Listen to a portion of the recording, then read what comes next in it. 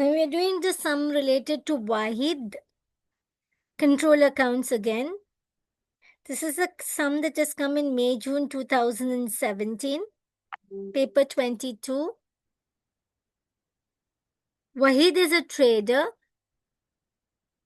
and he maintains a full set of accounting records and he prepares control accounts at the end of each month.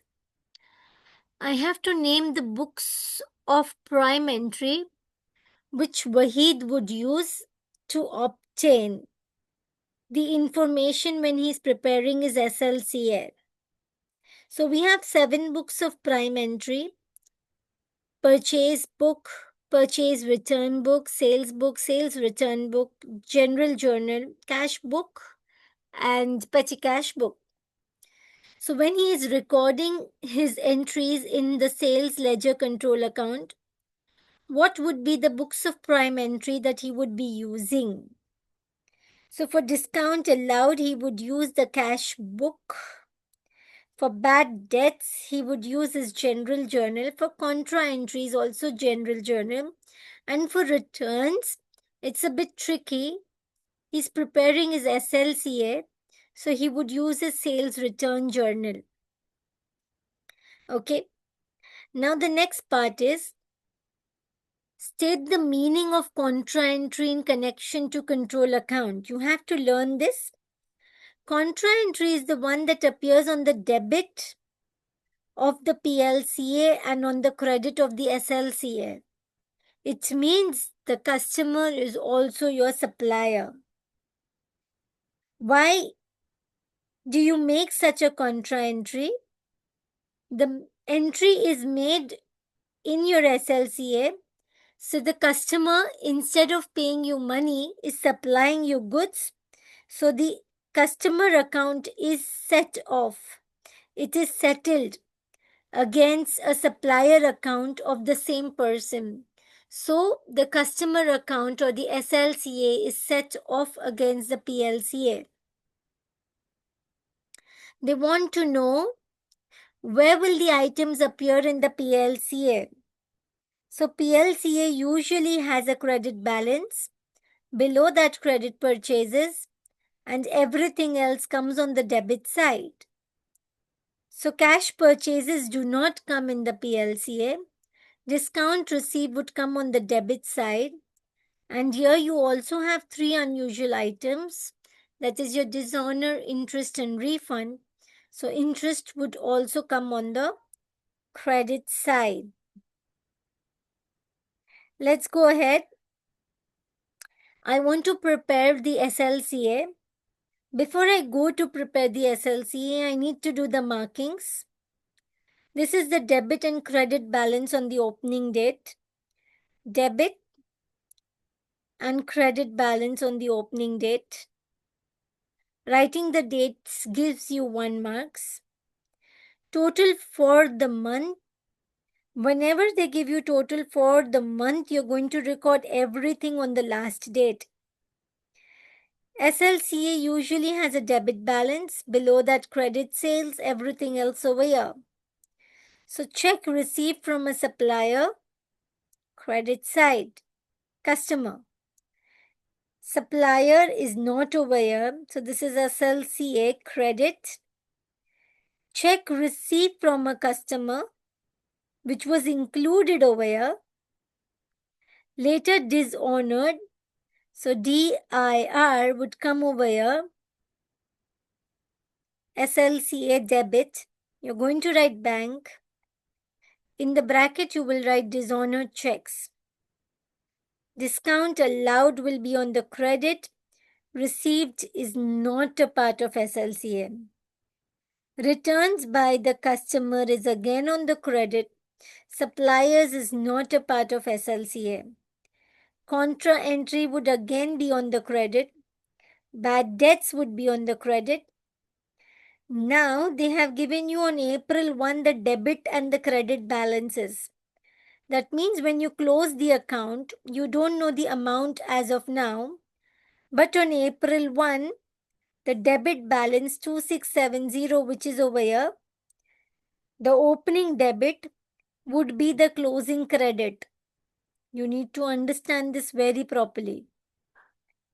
Opening debit would be the closing credit, and opening credit would be the closing debit.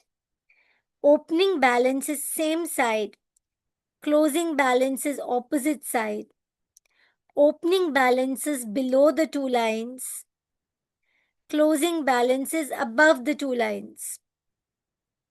Opening balance is below the two lines, closing balance is above the two lines. So here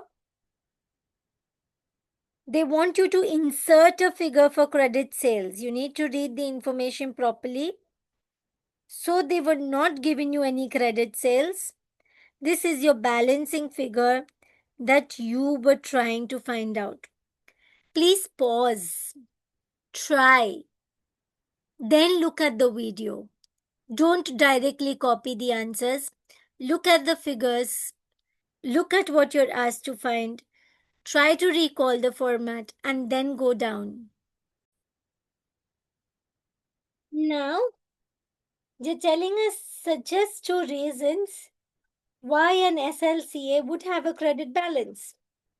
So, the normal balance of an SLCA is a debit balance. Sales ledger control account has a debit balance. Below that, you would have credit sales, dishonor interest refund, and everything else on the credit side.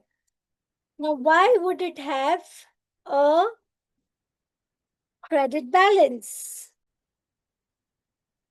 It will have a credit balance for two reasons: overpayment by customers or the return of goods after the account is settled. Now, the E part. What does the E part say? The E part is telling that all goods are bought and sold on credit terms. A cash discount is received from the supplier if I make payment in 45 days. That means I have a supplier and he's telling me that if I will make him payment in 45 days, he would give me a cash discount.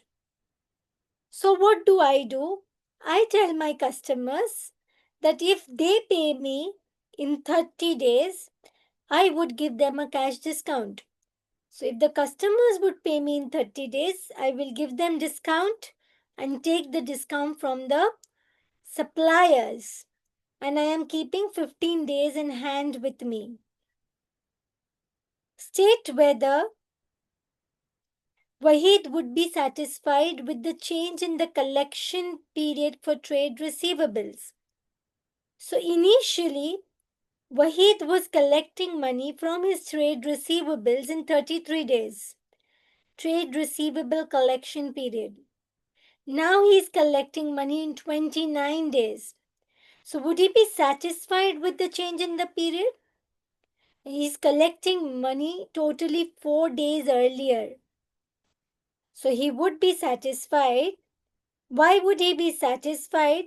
Because now the credit customers are paying him earlier within the credit period allowed, that is 30 days. Within 30 days. Now, state one advantage to Waheed's suppliers for the change in the payment period. Payment period to suppliers. Initially, it was 44 days. Now you're paying them in 46 days. What is the benefit if you're paying to your suppliers late? The suppliers will not give us discount and they may get the benefit of charging us interests. What is the disadvantage to the suppliers? The disadvantage to the suppliers is they will have to wait for 2 more extra days to receive payment. It is going to affect their liquidity position and it can also increase the risk of bad debts. Comment on how a collection of 29 days and payment of 46 days may affect his liquidity. Now, here it is saying that Waheed is collecting money from his trade receivables in 29 days. And he is paying to his suppliers in 46 days. That means even after collecting money, he is keeping 17 days the money in his hand before paying to the suppliers. So that means Waheed can use this money for 17 days for other things. He does not have to use other money to pay to pay his suppliers. He can take the money from customers and pay. And this is a very good liquid position. So it is an improved liquidity position for Waheed because he's collecting the money earlier and paying the money later. This gives an end to the question of May June 2017, which has come in paper 22.